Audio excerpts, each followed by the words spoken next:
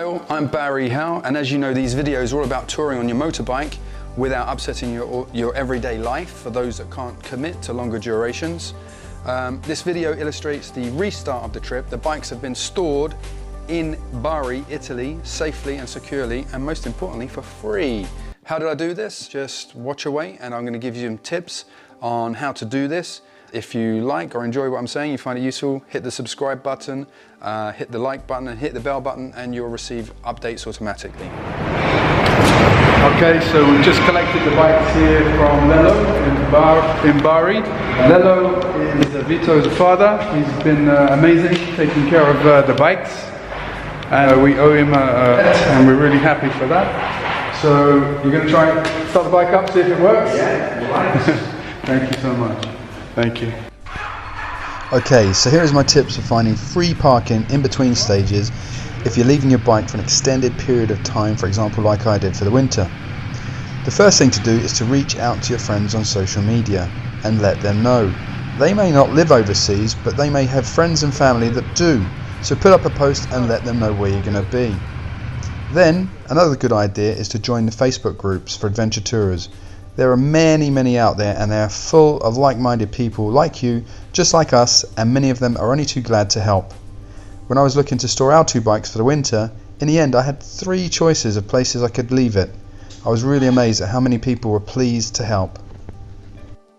So here's a funny thing. Although we got the Ducati started with a special code because it can be keyless, Neil had forgotten his fuel tank key, which meant he had to ride pillion with me for the rest of this journey and this weekend and this stage.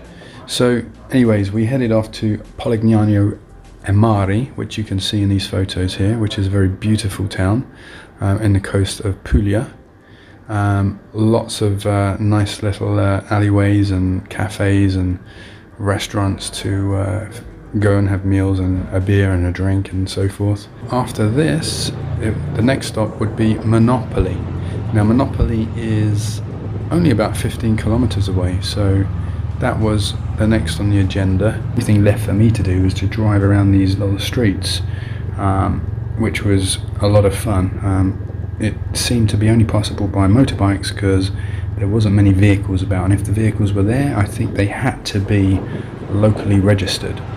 So on the bike we could get around and have a little good look around all these nooks and crannies and see all these old historical and architectural sites in the mid-town centre, which I don't think you could do. If you did it by foot, it would take you a long time. So another plus for riding the motorbike is to actually get into all these places and basically see these places without being worn out and stopping every couple of hours or so just to have a refreshment or get some energy to carry on. And at the end of the day, you're not so worn out. So the motorbike, or 2 wheels, for me is the only way forward to explore any town. You can really cover ground and see all the sights in one day, or even a few hours. So anyway, next stop after this is going to be Alberobello.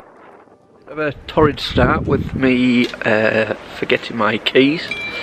Hence I cannot fill my motorbike up with petrol. We've just stopped in a little town. Where are we, Barry? We are Alberobello. Which is very famous for their little stone cottages. Had a bit of lunch and we're going to head down towards Lecce. No, we're going to go tell you right now. Heading that way though, aren't we? Oh, Lecce is ultimately we're going to head there, yeah. Yeah. Right. With a stop off at... We've got a few stop offs, so 1 second.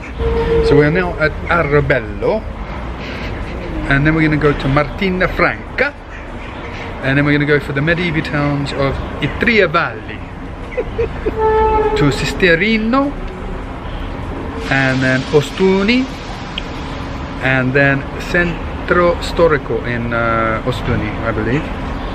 And then we're going to go to Celia Mascipica.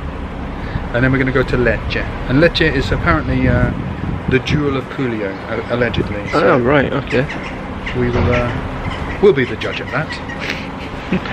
So now we're going to go down and have a look at the stone cottages. We'll take a few photos and maybe a little bit of video. Until later.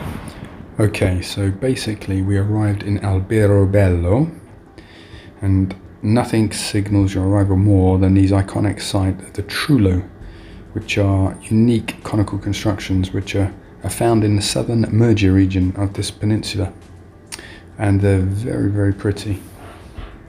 The funny story around these type of buildings is they probably originate from the fact that they were temporary dry stone accommodation that could be dismantled very quickly, and by quickly this was when the taxman came looking.